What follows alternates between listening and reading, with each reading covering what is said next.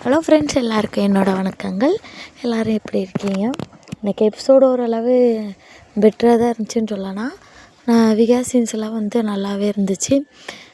நேற்று போட்டு காமிச்ச மாதிரி தான் ராகவ் கிருஷ்ணாட்ட பேசிகிட்ருக்காரு. அதை நம்ம விஜய் பார்க்கவும் காவேரிகிட்ட சமாளிக்கிறாங்க. என்ன இங்கே நிற்கிறீங்க அப்படின்னு சொல்லிட்டு கேட்கவும், நான் ஃபோன் பேசுகிறதுக்காக வந்தேன் அப்படின்னு சொல்லிட்டு சமாளிச்சிடறாங்க. அப்புறம் போய் நம்ம தலைவர் நம்ம ஹீரோ நம்ம தலைவிக்கு ஆரத்தி எடுக்கிறாங்க. அதாவது திருஷ்டி சுற்றி போடுறதுக்காக திருஷ்டி சுற்றி பூசணிக்கால திருஷ்டி சுற்றி போடுறதுக்காக திருஷ்டி சுற்றுறாங்க. அப்புறம் என்னென்னா பொங்கல் பற்றி பேசிகிட்ருக்காங்க. நம்ம கிராமத்து சைட்லலாம் பாரம்பரியமாக செய்வாங்க.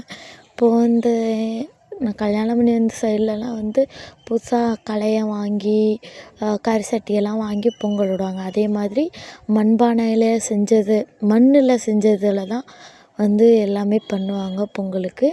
அதேமாரி சாரதாம்மாவும் சொல்கிறாங்க, நாங்களாம் எங்கள் கையால் செஞ்சு தான் பண்ணுவோம் அப்படின்னு சொல்லிட்டு சொல்லவும், விஜயும் அப்போ நம்ம பண்ணிடலாம் அப்படின்னு சொல்லிட்டு சொல்கிறாங்க. இப்போ கொஞ்சம் பனி டைமாக இருக்கிறதுனால அவங்க செஞ்சாங்கன்னா காயாதுல்ல, அதனால் சொல்கிறாங்க. இப்போ கொஞ்சம் பனி டைமாக இருக்க நம்ம செஞ்சாலும் காயாது, அதனால் பண்ண வேண்டாம், வாங்கியே நம்ம செய்யலாம் அப்படின்னு சொல்லிட்டு சொல்கிறாங்க. சரி, நம்ம சென்னையில் கிராமத்து முறைப்படி நம்ம பொங்கலை கொண்டாடலாம் அப்படின்னு சொல்லிட்டு ஒரு முடிவெடுக்கிறாங்க. அப்படியே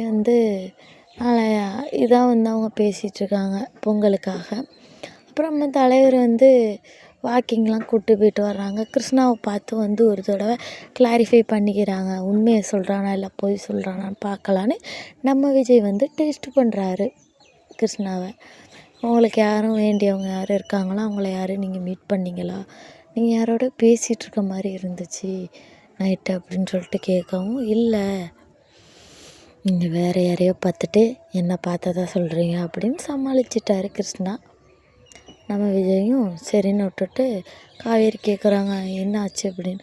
யார்கிட்டயோ பேசிகிட்டு இருந்த மாதிரி இருந்துச்சு அப்படின்னு சொல்லிட்டு, எதுக்கும் நீ கண்காணிச்சிக்க, நீ நம்ம பொண்டாட்டி சொல்கிறத எப்போவுமே கேட்கணும்.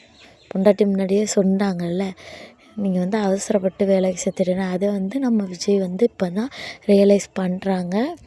அதுக்கப்புறம் என்னென்னா, இதுக்கப்புறம் பொங்கல் செலிப்ரேஷன் எப்படியாவது ஒரு வாரத்துக்குனாலும் வச்சுருங்கய்யா, எங்கள் மனசு தாங்காது அப்படிங்கிற மாதிரி தான் இருந்துச்சு. பொங்கல் ஃபங்க்ஷன் ஒரு வாரத்துக்கு மேலே வச்சாலும் கொஞ்சம் டிஆர்பி அதிகமாகிறதுக்கு நிறையவே வாய்ப்பு இருக்குது. பார்க்கலாம். இதேமாரி அப்டேட்ஸ்க்கு நம்ம சேனலோட இணைஞ்சிருங்க.